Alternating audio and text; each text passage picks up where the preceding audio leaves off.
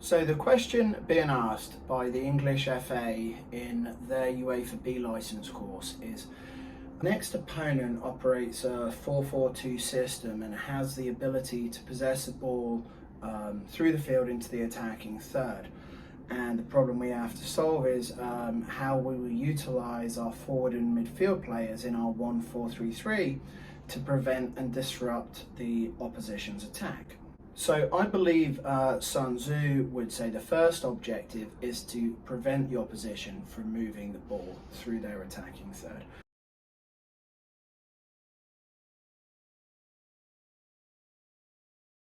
Obviously they're a team that's comfortable in possession, so we're going to assume that they are playing out of the back. And here's what we can do to disrupt that.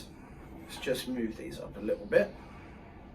Here is one option I believe Sun Tzu would present to deal with this situation.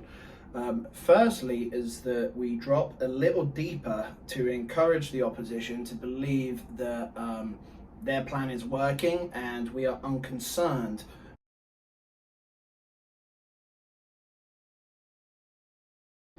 We'll apply some light pressure, obviously, because we don't want them actually playing out the back. So we're going to move our right back up here and we're going to move our midfield up here. So we're going to apply light pressure but still appear somewhat unconcerned. However, this is all part of the feigning retreat, and when the perfect moment comes and it has to be perfectly choreographed, then we're going to press really hard, so we can achieve that first objective, if possible, of stopping them from ever playing out the back through the final third.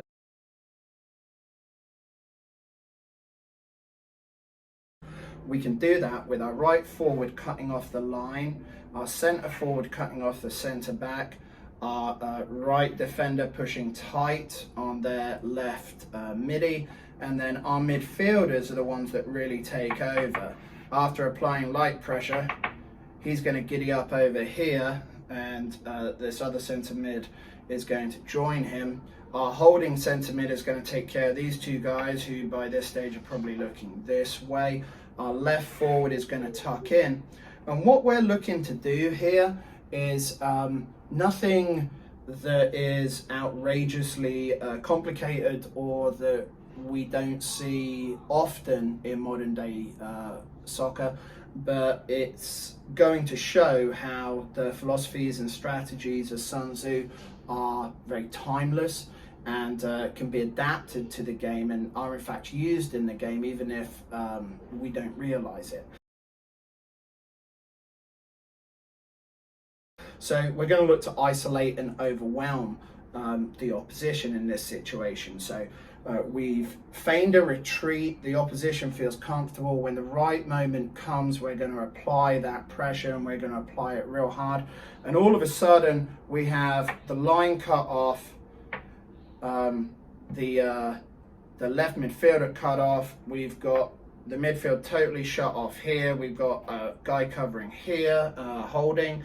We have our centre forward cutting off the passes back. Next step, obviously, is to win the ball, and the priority when winning the ball in this particular situation should be to move it quickly to our 9, 11 or 8, who together should have numerical superiority over the opposition centre backs.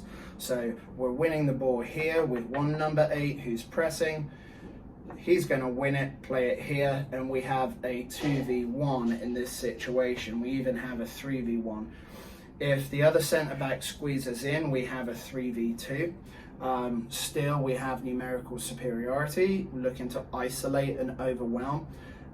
If their right back decides to tuck in, then we are going to push our left back forward, who knows that he's anticipating what's going to happen. We can push our holding mid a little bit forward, because these centre mids are most likely going to be dropping, but hopefully we've stolen a beat on them. And in any situation that you choose, 1, 2, 3, 4, we're still outnumbering them 1, 2, 3, 4, 5, 6, maybe even 7 to 4. So we want to get the ball out, play it quickly, hit our number 9, hit our number 11, maybe even the number 8, work a quick combination, get a shot off on goal. So the essence of the attack is feigning the retreat, isolate and overwhelm, win the ball, act quickly. Nothing that is outrageous or particularly new, but these are all strategies that Sun Tzu mentioned 2,400 years ago. So on to the second part of our plan. The coach must be prepared if the first strategy is unsuccessful and the opposition is able to possess through the final third. What are we going to do about it?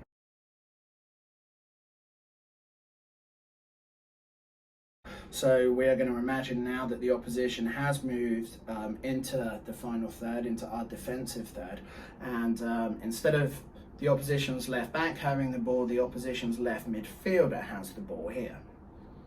Obviously, we know this team likes to keep possession and likes to work it through the thirds of the field. So what we need to do is drag them away from that plan. They've already succeeded in the first part. Doesn't mean that they have to succeed in the second.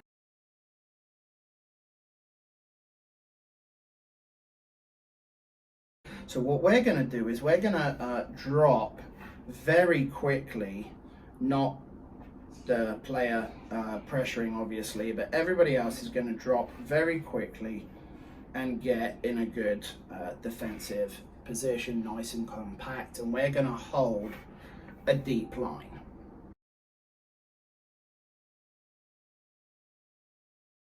So one thing we can do to isolate and overwhelm the opposition in this particular scenario is obviously the left midfielder still has the ball here. Our right back is holding him up quite nicely, showing him the line here. Again, wait until everybody is in position. A coordinated attack onto their attack is imperative. It has to be in sync.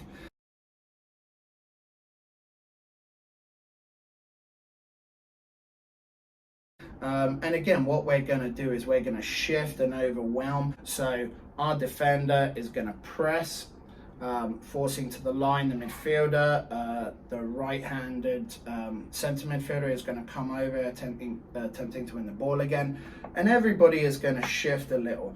Our right winger is going to drop and also cut off the back pass to their left back. Our centre forward's going to come off and cut the pass off to the centre backs. Our left winger is going to come into this space here, and our left centre mid is going to be taking care of their two centre midfielders, just holding. We're going to stay tight, obviously, on their centre forwards. We're imagining in this situation their right midfielder is probably pushed in, so our left back is going to be tucked in and a little bit higher also, and that's going to be very important for what's going to happen next. We're going to assume that we're successful. The timing of the press is successful. It's 2-on-1. We've won the ball. What we want to do now is to move it quickly, and I believe what Sun Tzu would suggest is that we switch quickly.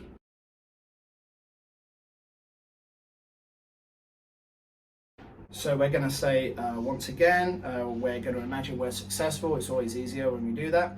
Our right centre midi here is going to win the ball and is going to look to play it up and then wide, or wide and then up, and we are going to look to attack with our left back or left forward, depending on how the ball is won and how the ball is played.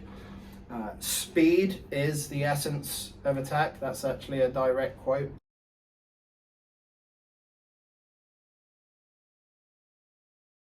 So as soon as we win it, obviously the opposition have 4 defenders and the right back is tucked in, so we need to overwhelm. So the left midfielder and the left back need to work together.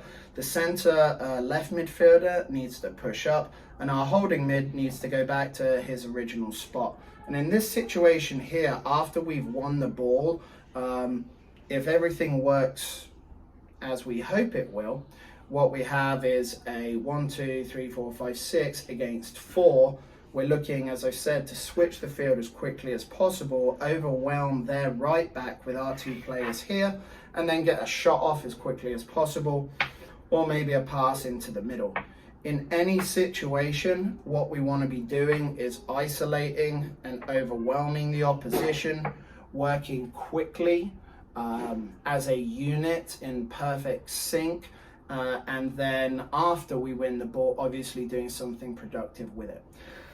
As I mentioned at the beginning, none of these are revolutionary ideas. They're all concepts that most coaches are familiar with. The point of this is to highlight how Sun Tzu would most likely or possibly answer this question, and also to highlight that the strategies of Sun Tzu are timeless, can be applied to any situation in where two opponents face one another in a competition, in this case obviously football, and the effectiveness that can have. And then all we need to do is score.